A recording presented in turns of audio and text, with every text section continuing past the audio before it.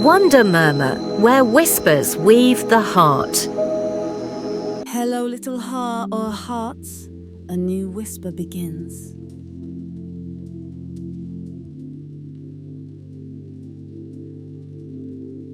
In a kingdom where rolling green hills met a shimmering blue sea, a king and queen lived with a quiet sorrow. They ruled a prosperous land, but their palace felt empty without the joyful sound of a child's laughter. They had tried everything, and in their sadness, the queen would often stand on her balcony, gazing at the distant, desolate desert that lay beyond their fertile lands. It was a place of myth, whispered to hold a monster that consumed soil and life. But to the queen, it was simply a symbol of her own barren heart. One night, unable to sleep, the queen slipped out of the palace and wandered, her feet carrying her toward the desert's edge. The air grew still, the starlight felt sharper, and a chill settled over her. Just then, a streak of emerald light seared across the sky, a falling star.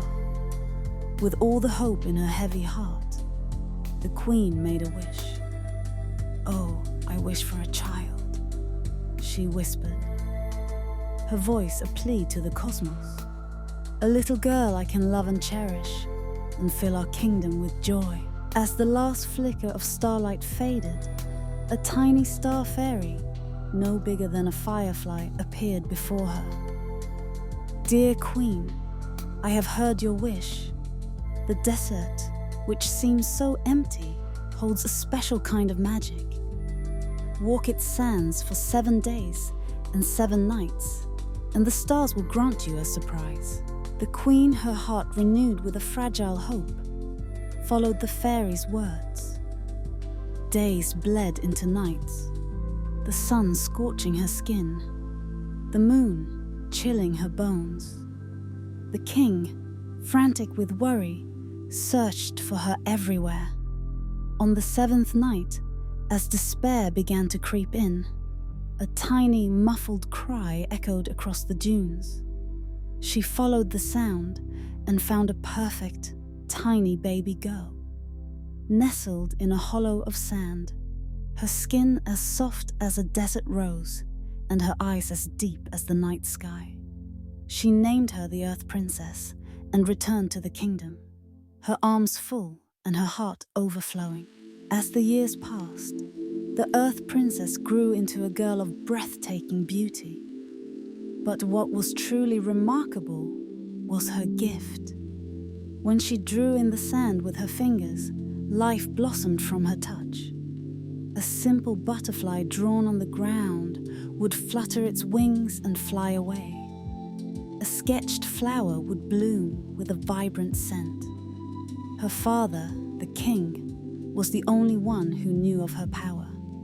He kept it a secret, fearing the world's greed would threaten his daughter's unique gift. Meanwhile, in the depths of the desert, the monster, a colossal beast of cracked earth and rumbling stones, stirred.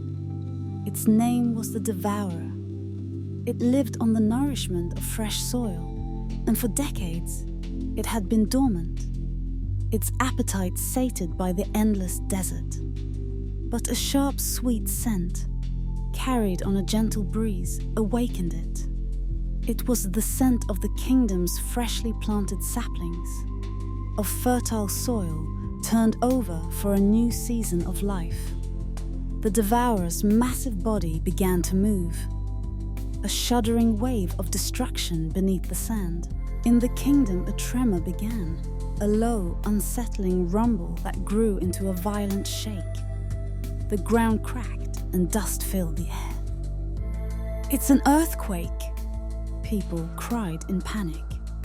But the king from the balcony saw the telltale sign, a massive cloud of dust rising on the horizon, moving toward them with horrifying speed. "It's no myth," he whispered, his voice trembling. "The Devourer has awoken." The soldiers, brave and loyal, stood at the city gates. But their spears and shields were useless against the mountain of earth and rock that was the Devourer. It easily swatted them away like pebbles. The people began to flee, their crops trampled, their fields of green turning to barren dirt. The king, sword in hand, faced the monster, his heart filled with a father's fierce love and a ruler's duty. The Earth Princess, watching from the palace, saw her father, her protector, about to be consumed. Something inside her snapped. She ran to her father's side, and he, in his panic, tried to stop her. "No, my princess. Stay back. I won't let him hurt you." "You can't fight him, father," she cried, "but I can."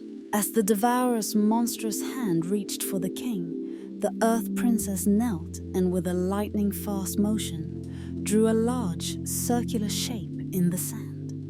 With a flash of green light, a shimmering shield of pure earth and magic materialized, blocking the monster's grasp.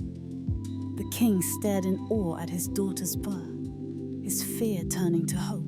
The Devourer, surprised, swatted at her, sending a storm of sand and pebbles her way. But the shield held firm. The Earth Princess ran closer, her mind working furiously, her hands moving like an artist's brush. She drew a monstrously large bucket, its handle thicker than a tree trunk. The drawing glowed with a magical green aura and became real, a solid earthen bucket of impossible size. With a fierce shout, she lifted the bucket with her magical power and threw it with all her might. It landed perfectly on the Devourer's head, getting stuck and blocking its vision. The monster roared in confusion, flailing its arms, its destructive power now directionless. But the princess knew this was only a temporary fix. Taking a deep breath, she closed her eyes, gathering all her strength, all her courage. She poured all her love for her home, her family, and her people into her next drawing. On the cracked, trampled earth, she drew a twisting spiral, a vortex of power. The ground around her began to spin. A mighty wind rose, whipping the sand into a roaring green-tinged funnel cloud. The Devourer, blinded and confused, was helpless as the tornado of earth and magic swirled around its form. It lifted the monster, lifting it right out of the ground, and carried it away, a dark shadow spiraling into the distant sky, a tiny pinprick against the sun. The wind died down, the dust settled, and silence, a beautiful, peaceful silence, returned to the kingdom. The people who had watched in stunned silence erupted in cheers. The king rushed to his daughter's side and embracing her tightly. "You saved us," he whispered, tears in his eyes. "You saved our land, our home. You are a true hero, my little Earth Princess." From that day forward, the Earth Princess's power was no longer a secret. She became the protector of the kingdom's lands, teaching her people how to cultivate their soil and cherish the ground that gave them life. She knew that her gift was a responsibility, and that the greatest magic of all was the courage to protect the things you love. She had found not just her purpose, but a home she was proud to defend with the very earth she had been born from. Wonder murmur, the story departs, yet the whisper